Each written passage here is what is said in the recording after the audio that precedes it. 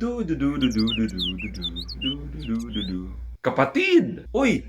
Hello! Nakita kitang palakad-lakad dyan sa paligid. May ilang minuto ka bang may sasantabi para maibahagi ko sa iyo ang Christianity at ang one true God? Ay salamat pero hindi na kailangan dahil Christian na ako. Oh, talaga? Anong religion mo? Ako'y isang Catholic. Well, kung Catholic ka mo, hindi ka Christian. Ha? Naniniwala ka ba na nag-iisa ang Diyos? Siyempre naman, monotheistic ang Catholicism. Naniniwala ka bang Diyos si Kristo? Oo naman, I profess one God.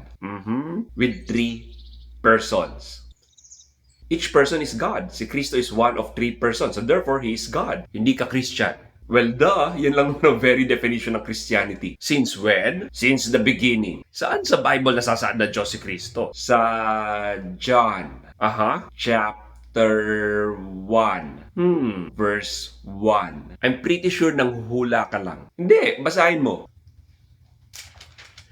In the beginning was the Word, and the Word was with God, and the Word was God. At sino ang Word? Sa ibang translation, ang nasasad ay the Word was a God. May a, lesser God. Lowercase g lang si Kristo. Paano nangyaring lowercase g God si Kristo? Kung sinabi ng Diyos sa Isaiah 43 verse 10 na before me no gods was formed and nor shall there be any after me. Parang sinusuportan mo pa ang case ko. Pero di nga ba tinawag din na God si Kristo sa John 1 verse 1? Ano siya?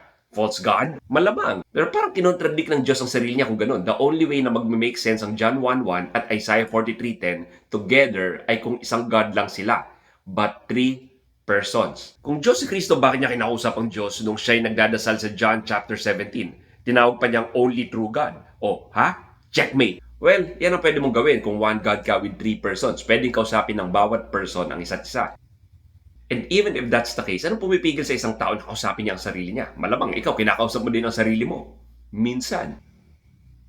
Para conveniently nyo lang inimbentong mga Katoliko ang doktrina ng Trinity para ma-explain ang bagay na yan. Hindi Diyos si Kristo. Siya mismo nagsabi sa John 10 verse 30 na I and the Father are one. At naintindihan ng mga Hudyo na kiniklaim ni Kristo na Diyos siya. Kaya nila siya pinagbabato. Babatuhin na kita. Alam kong hindi moment yan, kaya pinapatawad kita. And speaking of pinapatawad, si Kristo bilang Diyos ay kaya niya magpatawad ng kasalanan. Teka, kapapatawad mo lang sa akin kanina, hindi nagpapatawad din ang tao. Pinatawad kita dahil may kasalanan ka sa akin. Si Kristo, nung pinatawad niyang paralitiko sa Mark 2:5-7, hindi sa kanya may kasalanan ang paralitiko. Well, baka acting representative lang siya ng Diyos sa lupa. Sige, kung hindi Diyos si Kristo, bakit siya tinawag ni Thomas na my Lord and my God sa John 20:28? Nagulat si Thomas, expression niya yun, parang OMG. Hindi bawal gamitin ng Jews ang Lord's name in vain. If ever, yan ang unang recorded instance na ginamit as an expression ang pangalan ng Diyos sa Bible. Mali si Tomas. Bakit hindi siya kinorek ni Jesus right there and then at sinabi na, kalma lang, hindi ako Diyos. Dahil tao lang si Kristo, nagkakamali din siya. Kamusta? Medyo experimental ang skit na yon. Marami tayong challenges sa audio at green screen but I enjoyed doing it at marami akong learnings I could use to improve next time. Pero kung nagustuhan nyo ang skit, please subscribe to my channel, like, hit that notification bell para malaman kong nagustuhan nyo ito at gumawa pa ako ng bago. In the meantime, watch more videos from my channel.